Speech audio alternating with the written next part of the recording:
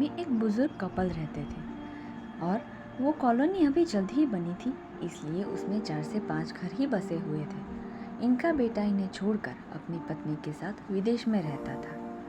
ये बुजुर्ग अंकल और आंटी जिस कॉलोनी में रहते थे, उन्हें हमेशा यह डर रहता था कि कहीं कोई घटना ना हो जाए, इसलिए वो ज़्यादा घर से बाहर नहीं निकलते थे। लेकिन उनका ये रूटीन था कि वो हर सुबह सूरज निकलने के बाद टहलने के लिए निकल जाते थे। एक दिन दोनों रोज़ की तरह ही सुबह को टहलने के लिए निकले तो उन्होंने देखा कि एक लड़का तेज़ी से साइकिल चलाता हुआ जा रहा है और उसकी साइकिल के पीछे एक फावड़ा बंधा हुआ था।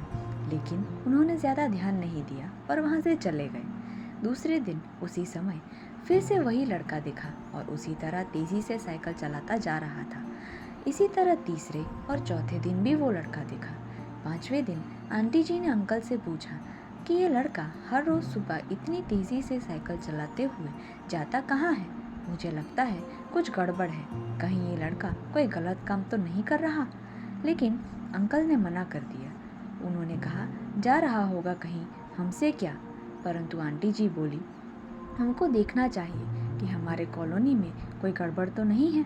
अंकल जी बोले ठीक है, अगले दिन हम इस लड़के का पीछा करेंगे और देखेंगे कि ये कहाँ जा रहा है। अगले दिन सुबह को फिर से वो लड़का तेज़ी से साइकिल चलाता निकला। उनके पीछे अंकल और आंटी जी भी गए। उन्होंने देखा कि थोड़ी दूर जाने के बाद वो लड़का एक पेड़ के पास साइकिल खड़ी कर दी और उस पेड़ के पास थोड़ी सी खाली जगह पड़ी थी, उसमें वो खुदाई करने लगा। अंकल और आंटी जी कुछ देर तक देखते रहे कि यह लड़का आखिर कर क्या रहा है, लेकिन लड़का ज़मीन खोदे जा रहा था। कुछ देर बाद उन्होंने लड़के से पूछा कि आप ये ज़मीन क्यों खोद रहे हैं?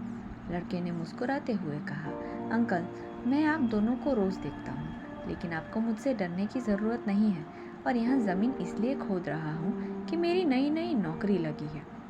अंकल ने पूछा कहाँ नौकरी लगी है, ऐसा कौन सा काम है जिसमें ज़मीन खोदनी है? लड़के ने कहा मैं बड़े दिन से बेरोज़गार था, फाइनली मुझे फार्म हाउस में एक नौकरी मिली है। उन्होंने ऐसे लड़के की ज़रूरत दिखाई है कि जिसे काम करने का अनुभव हो, और मेरे पास कोई अनुभव नहीं है, इसलिए मैं रोज़ यहाँ फावड़ा लेकर आता हूँ और ज़मीन खोदने की प्रैक्टिस करता हूँ। और मैं इसलिए प्रैक्टिस करता हूँ कि नौकरी पर काम शुरू हो उसमें से मुझे निकाल ना दिया जाए, इसलिए रोज़ाना मेहनत करता हूँ, कोशिश करता रहता हूँ। उस लड़के की बात सुनने के बाद अंकल और आंटी जी ने लड़के को खूब आशीर्वाद दिया और बोला बहुत ही बढ़िया बात है, प्रयास ही ज़िंदगी में सब कुछ है। ये छोटी सी कहानी हमें ज़िंदगी का बहुत बड़ा सबक सिखाती है। अगर हमें कामयाब होना है तो कामयाबी के लिए सबसे ज़रूरी चीज़ ये है कि हम लगातार मेहनत, कोशिश और प्रयास करते रहें, तभी हम जीवन में सफल होंगे। ऐसी ही नई कहानियों के लिए चैनल को लाइक और सब्सक्राइब ज़रूर करें। धन्यवाद।